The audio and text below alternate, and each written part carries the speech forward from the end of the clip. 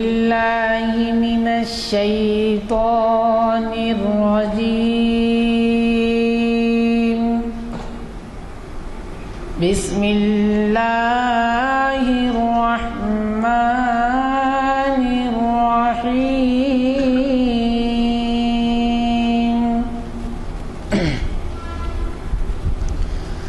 محمد رسول الله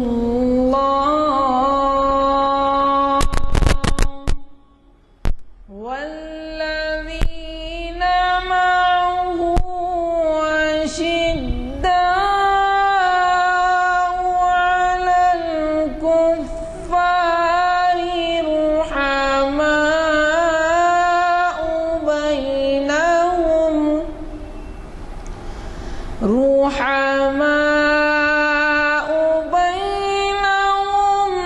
تراهم ركعا سجدا يبتغون فضلا من الله ورضوانا.